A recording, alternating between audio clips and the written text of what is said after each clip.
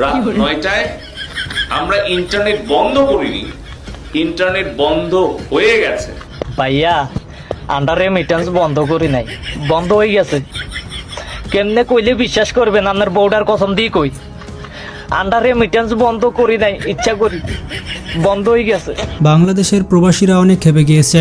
তাদের এক একটি ভিডিও দেখলে আপনি বুঝতে পারবেন তারা বাংলাদেশ সরকারের উপরে অনেক ক্ষেপে আছে। এমনকি তারা ভিডিও করে পাঠিয়েছে যে তারা বাংলাদেশে রেমিটেন্স পাঠাবে না, তারা শুধুমাত্র সেই পরিমাণ টাকা পাঠাবে যেই পরিমাণ টাকা দিয়ে তাদের সংসার চলবে। বাংলাদেশে ছাত্রদের উপরে হামলা করার কারণে তারা রেমিটেন্স শাটডাউন করবে বলে ঘোষণা দিয়েছে।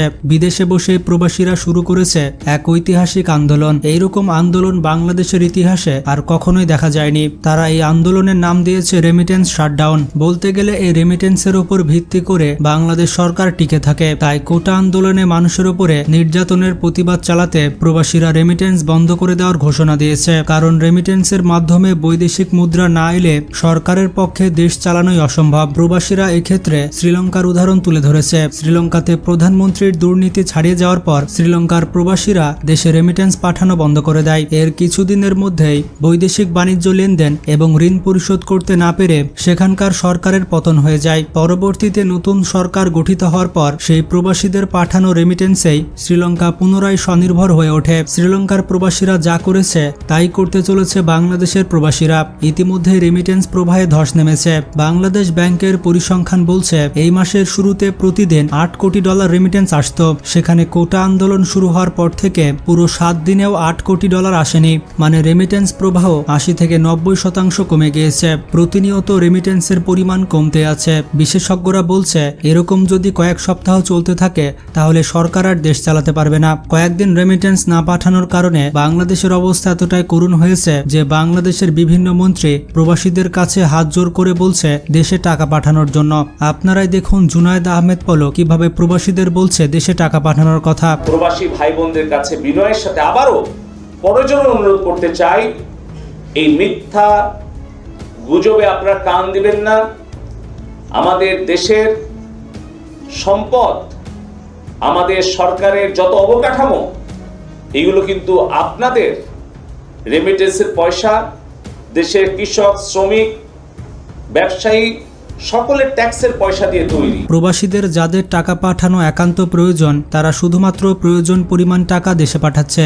অনেক প্রবাসী সিদ্ধান্ত গ্রহণ করেছে তারা ব্যাংকিং চ্যানেলে টাকা পাঠাবে, তবে সেটি 3 থেকে 6 মাস পরে। কারণ ততদিন পর্যন্ত বৈদেশিক মুদ্রা না পেয়ে সরকারের একটি উচিত শিক্ষা হয়ে যাবে বলে ধারণা করছে প্রবাসীরা। তাছাড়া বেশ কয়েক মাস তাদের কাছে যদি রেমিটেন্স রেখে দেওয়া হয় তাহলে টাকার মান কমবে, এতে করে প্রবাসীরা লাভবান হবে। প্রবাসীরা শুধুমাত্র কোটা আন্দোলনের জন্যই নয়, তারা আরো সব বিষয় নিয়ে ক্ষেপে আছে। যেমন পাসপোর্ট বানানো থেকে শুরু করে এয়ারপোর্ট পর্যন্ত প্রত্যেকটি ধাপে ধাপে একজন প্রবাসী যে পরিমাণ হয়রানির শিকার হন। এয়ারপোর্টে প্রবাসীদের সঙ্গে যেভাবে আচরণ করা হয়, যেভাবে হরহামেশা শত শত সিসি ক্যামেরার সামনে প্রবাসীদের লাগেজ হারিয়ে যায়, পৃথিবীর কোনো দেশেই এমন ঘটনা দেখা যায় না। বন্ধুরা, প্রবাসীরা কি কি ভিডিও পাঠিয়েছে চলুন সেই ভিডিওগুলো দেখে আসি। তাদের ভিডিওগুলো দেখলে বুঝতে পারবেন যে তারা সরকারের প্রতি কতটা ক্ষেপেছে।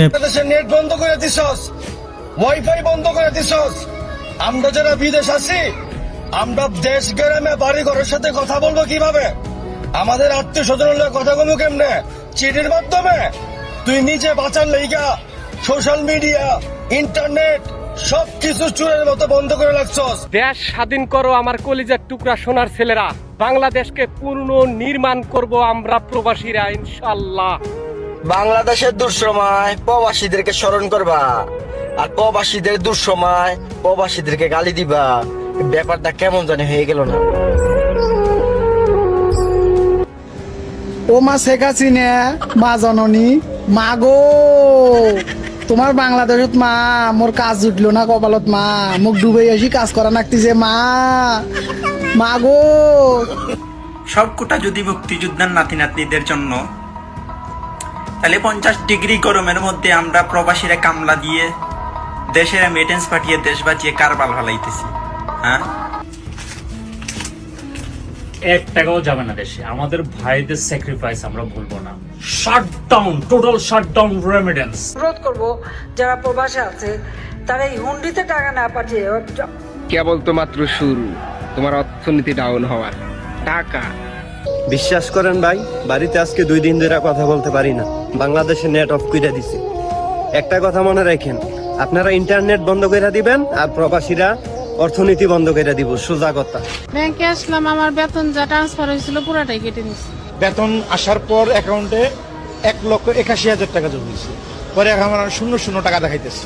1,81,000 টাকা কোন পারপাসে কাটলো? আমি সকালে জানতে পারলাম আমার অ্যাকাউন্ট থেকে 50,000 সামথিং টাকা কর্তন করা হয়েছে। আমার পার্সোনাল লোন আছে, টাকা উঠাতে আসছি বাচ্চা নিয়ে, এখন মানে ব্যাংকে কোনো টাকা নাই। এক বুদ্ধিমান ব্যক্তি বলছে রেমিটেন্স না পাঠাইলে নাকি প্রবাসীদের ভিসা ক্যান্সেল করে দিব। দে ভাই, তেমন রেমিটেন্স বাংলাদেশে পাঠাবো না, দরকার হলে বাংলাদেশে যায় ঘাস কেটে খাও। মালয়েশিয়ার পক্ষ থেকে আমরা মালয়েশিয়ান প্রবাসীর পক্ষ থেকে 3 মাস টাকা পাঠাবো না। বন্ধ থাকবে, আমাদের ব্যাংক বন্ধ থাক। টাকাটা পাঠাবো কিভাবে? দেশে ফোন দিতে পারি না, পিন নাম্বার দেওয়া যায় না, কিভাবে দিব? তো বন্ধুরা, আপনারা দেখতে পেলেন প্রবাসীরা কতটা ক্ষেপে আছে। ভিডিওটি ভালো লাগলে বন্ধুদের সাথে শেয়ার করতে পারেন। ভালো থাকবেন, আল্লাহ হাফেজ।